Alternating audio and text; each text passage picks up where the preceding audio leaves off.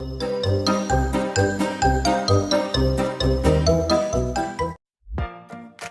everyone, and welcome back for another deep dive. Today, we're going to be talking about leadership and teamwork, and I'm really excited about this one because the source material you gave me is just gold. It's this Thoughtful Living podcast episode with Ryan and Sophia, and they just go so deep on what makes a truly effective leader. Yeah. How to motivate a team without just relying on those, those external rewards. It's really fascinating stuff. I think one of the most interesting things about that episode is how Ryan and Sophia, they each have their own unique take on what leadership really means. Like Sophia, she's all about inspiration, guiding the team, and making sure that everybody feels empowered to do their best work.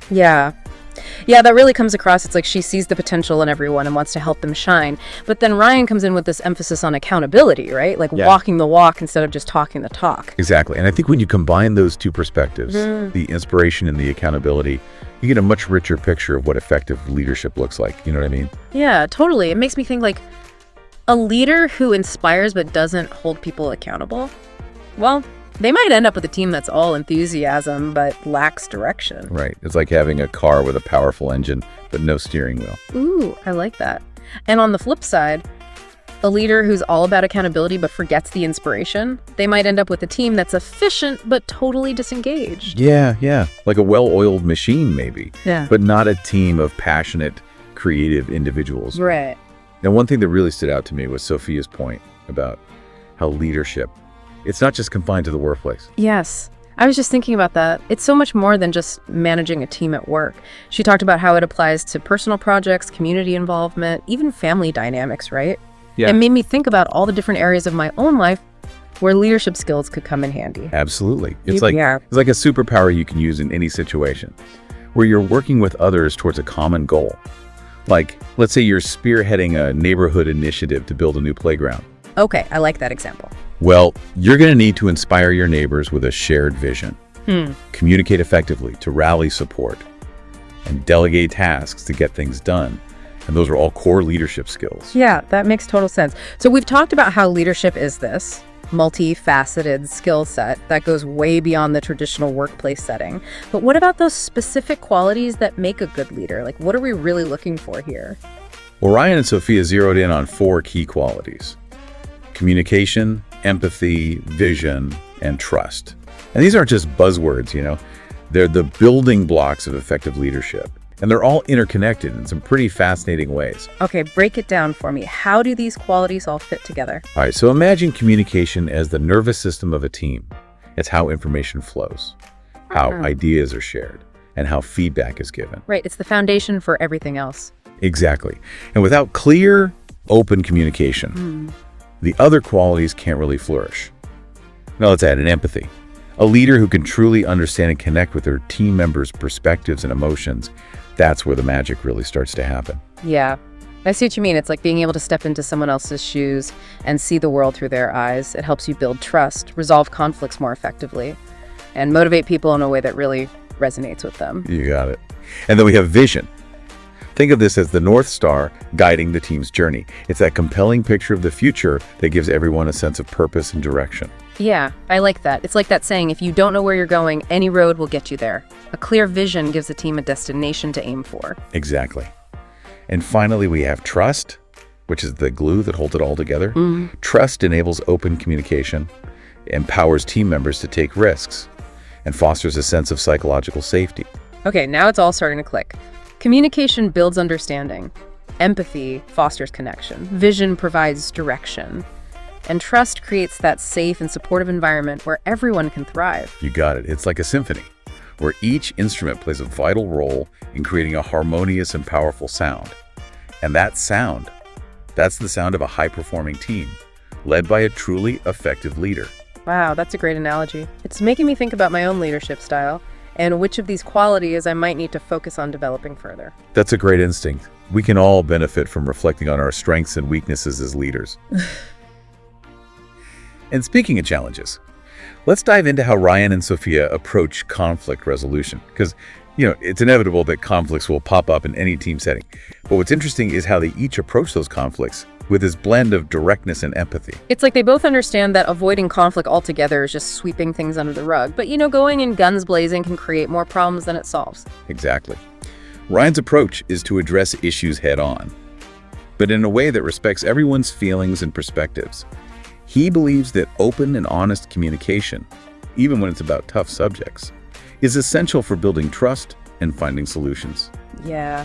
I really appreciate how Sophia emphasizes creating that safe space for discussion. It's like setting the ground rules so that everyone feels comfortable voicing their opinions and concerns without fear of judgment or retaliation.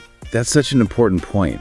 When people feel safe to speak their minds, you're much more likely to get to the heart of the issue and come up with creative solutions that everyone can get behind. It reminds me of that concept of psychological safety. We hear so much about it these days, creating an environment where people feel comfortable taking risks, admitting mistakes, and asking for help without feeling like they'll be punished or ridiculed. Absolutely. And that kind of environment is crucial for innovation, collaboration, and overall team effectiveness.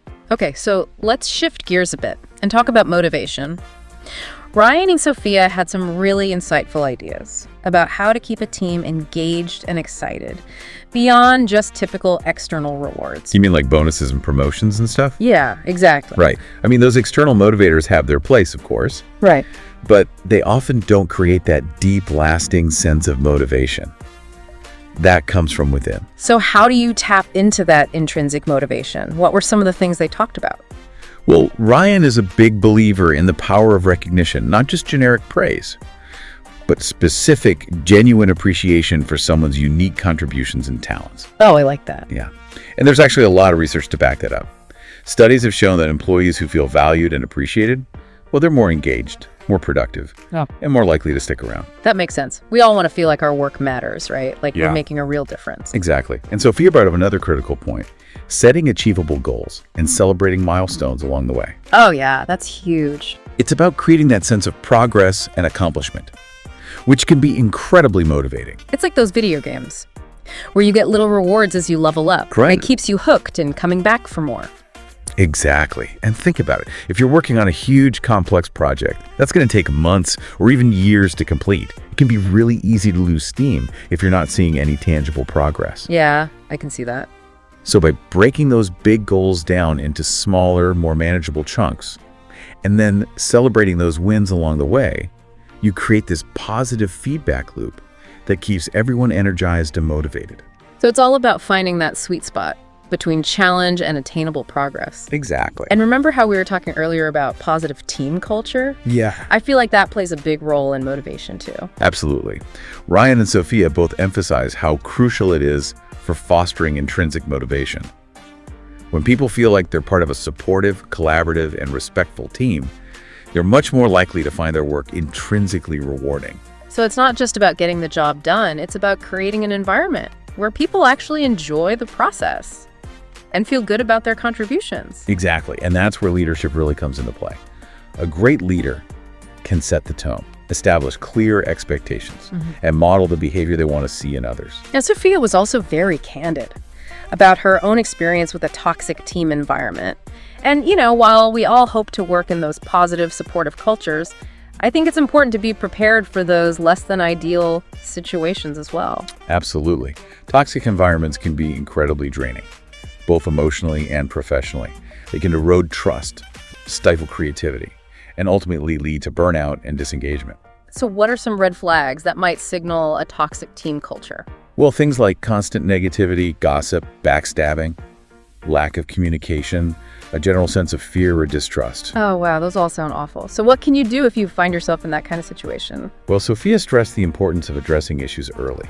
Sometimes a simple conversation can clear the air and get things back on track. Yeah, because I imagine problems just fester if they're not addressed directly. Right. But what if those conversations don't lead to any meaningful change? Well, then that's where setting boundaries comes into play. You have to protect your own well-being, even if it means distancing yourself from negative people or behaviors. I imagine that can be really challenging, especially if you're in a position where you have to work closely with those individuals. It definitely takes courage and self-awareness. And sometimes the best course of action is to remove yourself from the situation entirely. Wow, okay. But remember, even in a toxic environment, You can still choose how you respond. Right. You're not just a victim of your circumstances. Exactly. You have the power to choose your attitude, your actions, and your boundaries. You got it. And who knows? Your positive behavior might even inspire others to rethink their own approach. So let's talk about those stepping into leadership roles for the first time. I remember how overwhelming it felt when I first became a team lead. Oh, me too. It's like you're suddenly thrust into the spotlight, and everyone's looking to you for guidance and direction. Right. Any advice from Ryan and Sophia for navigating those early days of leadership? Well, Ryan had a piece of advice that I think every new leader should take to heart. Don't be afraid to ask for help. It's not a sign of weakness.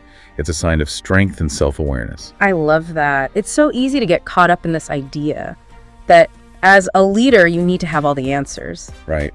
But in reality, the best leaders are the ones who are humble enough to admit when they need support. Exactly. And when you ask for help, you're not just getting the information or guidance you need.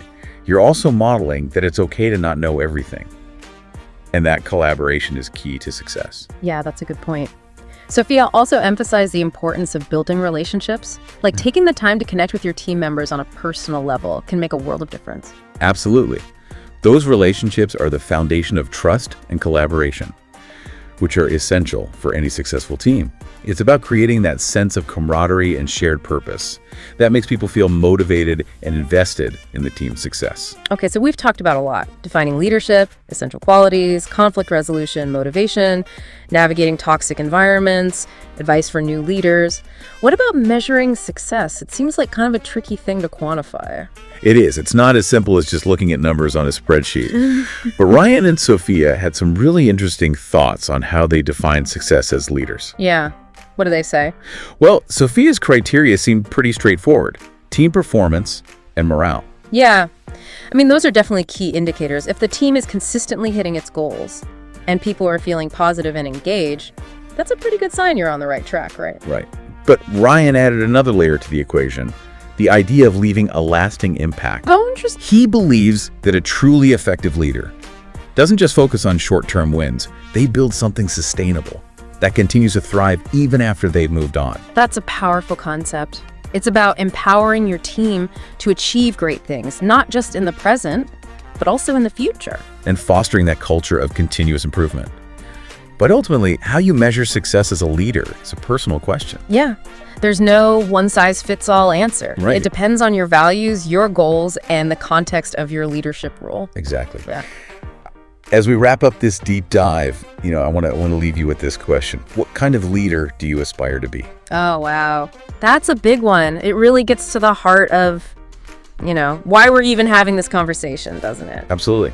It's about taking all these amazing insights from Ryan and Sophia and figuring out how they resonate with your values, your goals, your vision for the future. Because we can read all the books, listen to all the podcasts, but ultimately, it's about figuring out what kind of leader you want to be. Exactly. What qualities do you want to embody? What kind of impact do you want to have on your team, on your organization, even on the world around you? It's like creating a leadership blueprint, like a vision board for the kind of leader you aspire to become. And the cool thing is, you don't have to wait for some magical moment to start putting that blueprint into action. You're right. It's not about waiting for that promotion or that big project. It's about taking small intentional steps today to move towards that vision. Exactly. It could be as simple as having a conversation with a mentor, reading a book on leadership, or even just reflecting on your own experiences and identifying areas where you want to grow.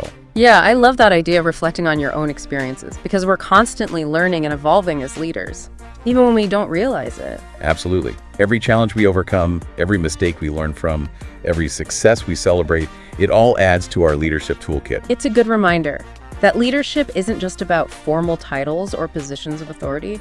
It's about showing up in our lives, in our relationships, in our work, with that intention to inspire, guide, and empower others. It's about making a positive impact, no matter where we are or what we do. And you might even inspire someone else to step into their own leadership potential along the way, just by being the kind of leader you aspire to be. That's the ripple effect of leadership, isn't it? Totally. Well, I think we've covered a ton of ground in this deep dive, from defining leadership to exploring those essential qualities, navigating challenges, and even measuring success. But remember, this is just the beginning of your leadership journey. The real learning happens when you take these insights and apply them to your own unique context. So keep exploring, keep reflecting, and most importantly, keep leading. Because the world needs more thoughtful, compassionate, and effective leaders. It all starts with each and every one of us. Thanks for joining us on this deep dive. Until next time, keep learning, keep growing, and keep leading.